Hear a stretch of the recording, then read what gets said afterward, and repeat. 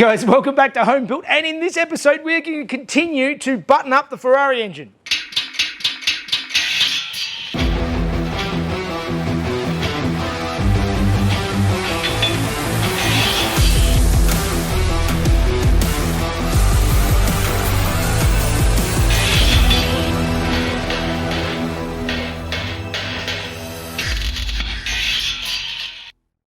Alright guys, welcome back, and those watching last week will have seen that I spent a bit of time putting in a lot of the tanks into the car and just starting to reassemble things. If you missed it, I'll put a link up above so you can catch up, and please think about subscribing. It does help out the channel. Now, there were lots of comments about my caps. I did mention in the previous video that they have the Raceworks logo on them, and I'm grateful to Raceworks for being a great sponsor to the channel. But I don't need the Raceworks on there. I really need to be able to tell what's in the tanks. And there were lots of comments, there were options about trying to engrave either side of the Raceworks logo. There were comments mentioning that what I could also do is put a label sort of next to, under or around where the caps are. And that's another potential option. What I think I might actually do is I might actually make up some discs, probably some thin aluminium discs or something that I can paint and laser etch and stick over the top. So it won't be a sticker, it will be a nice, neat finished part, the perfect size to fit so that it doesn't wear off and doesn't feel sort of tacky and horrible. It will actually sort of fill the job nicely. I could get them machine flat or just sort of strip them back and re-anodize them and all the rest. It's a lot more messing around than getting a cap or getting them to work the way I want. Other one was my headlight rant. Some of you like those ugly headlights. Some of you really hate them like me. That's up to you, if you know, whatever you want. Some of you mentioned that you can get replacement classic style upgraded headlights that still have the fluted classic looking lens, not like some robot vomit, that you can use to replace these things, which is definitely the case. And as I've done on Harry my 911, you can get LED globes that work in the other headlights. They actually work really well. I'm very happy with the headlights on Harry, and even halogen headlights can work well with a good relay system in them. One of the big issues with a lot of these old cars is that they ran the power straight through the switch. So it's only small terminals end up burning out, and so you're actually not getting all of the juice to the headlights that you could. If you actually put a good relay system in it, which most people do on all types of these old cars because of that exact issue, and suddenly you've got headlights that can work. So they can work with good globes, etc. But yes, I'm not putting the ugly things in this car ever. No matter what you say, it's not going to convert me onto that horrible stuff, and I can't wait until that horrible fad finishes. All right, so moving on. Today, my task is to continue buttoning up the Ferrari engine. At the moment, the inlet plenum is only just sort of sitting on here, as are the cam covers. They're just sitting in place, so we need to put them on. And then there's also a few bits and pieces we still need to make to finish this up, which I'll get onto later. But first things first, let's seal up these cam covers and sort of at least seal up this bottom part of the engine properly.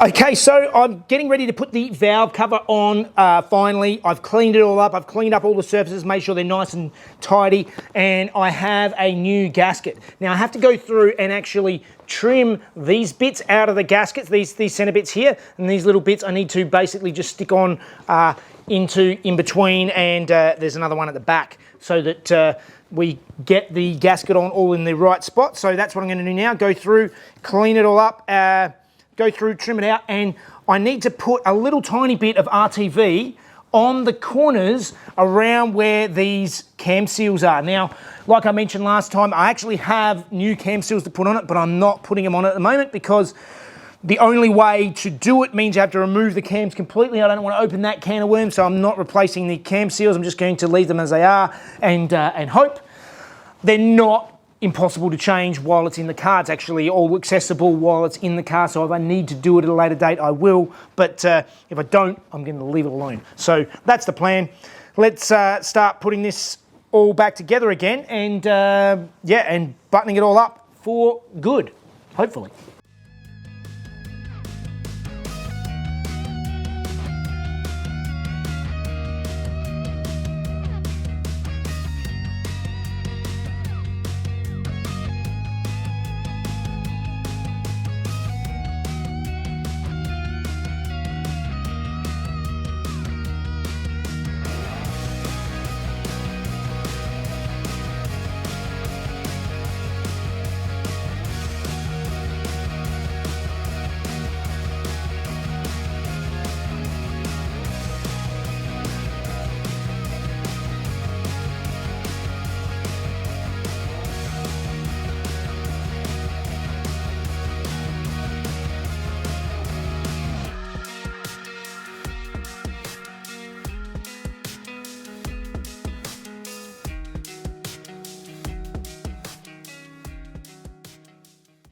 All right, so we've got everything sealed up. I'm quite happy with how that all went, and it's all torqued down and all the rest of it. So moving forward, the next thing we need to tackle is coil packs. Now, I do have the original Ferrari coil packs for this, but because I'm not running the Ferrari twin ECUs and any of that nightmare with the immobilizer and all that sort of stuff, I've actually changed over to the Link ECU. I also changed over to R35 GTR coil packs. Actually, I think these are 350Z ones. They're the same coil pack, but this length is slightly different. And I think the length of this was better. The GTR ones are longer, so they'd stick out too far. And I have wired them all up to fit these. But as you can see, they fit on the spark plug, but they're sort of loose. And I need to make now some brackets to actually hold these in so they look decent. And what I think I'm going to do is I'm going to design them up in Fusion 360 and see if I can get them plasma cut out and see if I can sort of space it. I've worked out that this is 10mm gap to the bottom of the plug, so I need to take some measurements now and do some bit of real CAD design.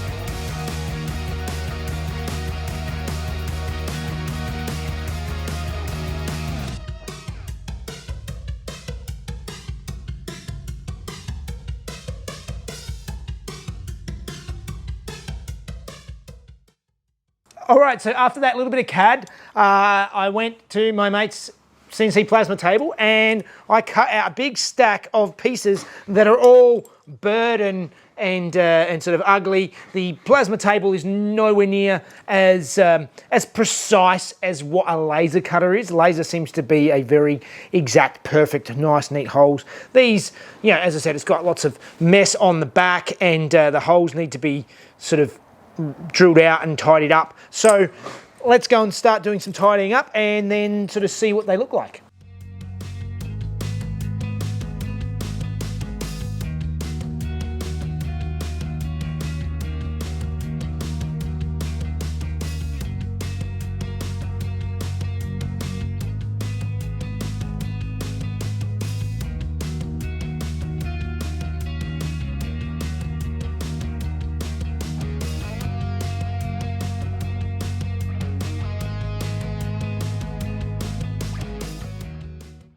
All right, even though I have access to my mate's CNC plasma table, it still takes a lot of time to tidy these things up and to make a nice, neat thing. So I spent a lot of time making 3 different types of plates because each of these holes needs 2 plates and the top plate is different from left to right. This side is the sort of slightly simpler side. So we have the base plates here that fit on over the top of these little lugs and sort of seal off the top of the spark plug holes because obviously you don't want to get grot and slime down in the side of those. And then we have the other plate that goes over the top. And the center hole is the perfect size for the coil packs. So this side I bolt the base on and the top plate over the top. There's a smaller hole in the top plate. Then my coil pack can go on. It sits nice and flush, and I still need to make myself up some spaces to go underneath the coil pack. At the moment I'll just use a couple of nuts. And I have to get the correct length bolts, which I don't currently have, but basically, and bolted in. So I need to get the correct length bolts, and I need to still make up some spaces to get these right. But these fit on quite nicely, and they sit on a nice angle, so that all of these will sit on the same angle facing up, so the cable can just run straight in between the runners and look nice and neat. On the other side, I had to do a slightly different version. Okay, so this side is slightly different because the base plate is the same. It sits on nicely and sits over the top of the lugs and blocks off the spark plug hole to keep the grot out. But if I put the coil pack in with the same tops as the other ones, the leads would come out at a weird angle and wouldn't look nice. And I want them at sort of roughly that angle so that they're just matching the other side. So I built a slightly different type of top plate, which I've got a separate hole that I've tapped. So this sits over the top. We bolt it on. And again, I still need the spacer, I'll use a couple of nuts again, and this one just bolts on like that. And so we have coil packs again facing a matching direction to the other side, and it just will make a nice, neat look. So a lot of work. Now I need to paint up these little base plates, just make them look a little bit tidier. And yeah, and then we need to start spinning up some spacers.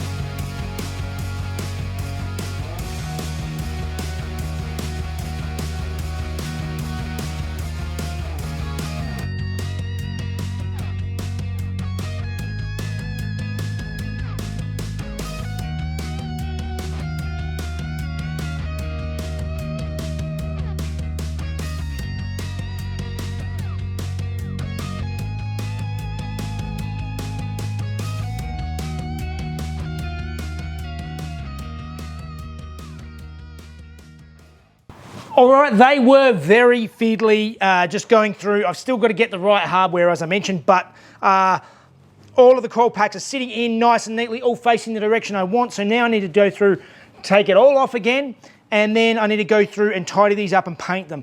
I'm going to see how I go, but because there's two layers, what I'm actually thinking is I might actually do the lower layer in black and the upper layer just in a satin aluminium color, just so it differentiates the levels, and I think it'll match in with the rest of the sort of the black, gloss silver and bare aluminium color that's on the engine. So let's start stripping back, sanding up and painting.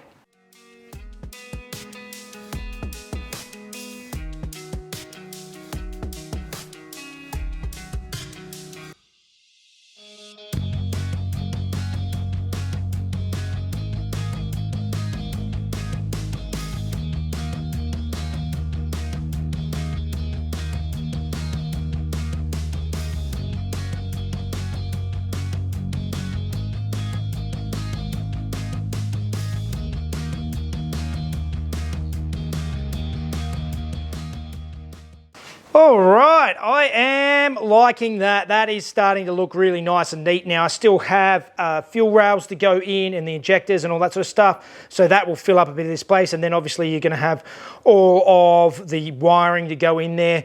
But it's really starting to come together. I think that the mounts look really good. The reason I did it in 2 colours, I think it breaks it up nicely. It sort of matches in a little bit with what I've done on the top here, where they've got the black and the silver, and it's sort of, otherwise it would sort of look weird with 2 layers and look odd. Now it looks like it's intentionally 2 layers, which is what I wanted with the 2 colours. I think it just looks nice and neat. This side here, same again. You know, the 2 layers are two colours.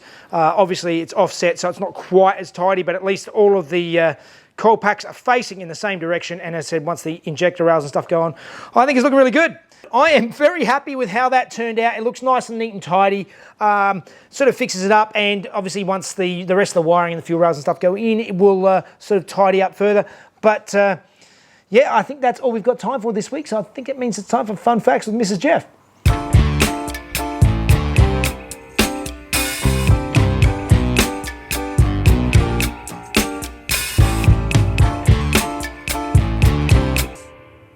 Hey guys, last week we talked about a one-off build based on the Ferrari Testarossa, but it was not the only one. There was also the Testadoro. It was designed by Luigi Colani, who was a German industrial engineer who was fascinated by round organic forms. Since the 1970s fuel crisis, Colani was heavily interested in efficiency and thought the best way to show this was to build the fastest legal road car ever. He started with the Testarossa and teamed with German tuner Lotec to transform a Ferrari flat 12 with twin turbos to make 750 horsepower. The inlet was painted gold, giving the car its name Testadoro, or Gold Head. The car first attended Bonneville Speed Week in 1991 with Colani's first version of the flowing body design, reached speeds of 340 kilometers an hour or 211 miles per hour. Fast enough for a class win, but not fast enough. It missed the goal, unfortunately, of the fastest street-driven car. The car came back the following year basically unchanged and reached speeds of 351, that's k an hour, or 218 miles per hour. After this attempt, the car received the massive body transformation that it wears today. Despite being in its most aerodynamic form, the car never went back to Bonneville. All right, we are getting there on the engine. Obviously, I still need to get some of that hardware with some nice... I've got a couple of some stainless cap head bolts I put in the last day or so, but the rest of the hardware still needs to be tracked down to really make it look the way it's supposed to. But it's getting buttoned up, and there's still a little bit of way to go, but hopefully when we put it back in the car, it's the last time and it stays there. And how many times will that take, do you think? Once, of course. Sweet. It's worth doing once. Yeah. We'll see. All right, guys. Like, subscribe if you haven't. Let Jeff know what you think. He loves reading your comments. And want to help him out, follow him on Patreon, see the videos a day early with no ads. And support him in his... crazy... his endeavours. Endeavours, yes. Yeah. All right, guys. Have a good one. We'll see you next time. I didn't want to say it. It reached speeds of 270 kilometres. No. And reached top speeds of 211 miles per hour or 370 kilometres per hour. No. Fast enough to win its class, but not fast enough to win the fastest street driver car. The car back there.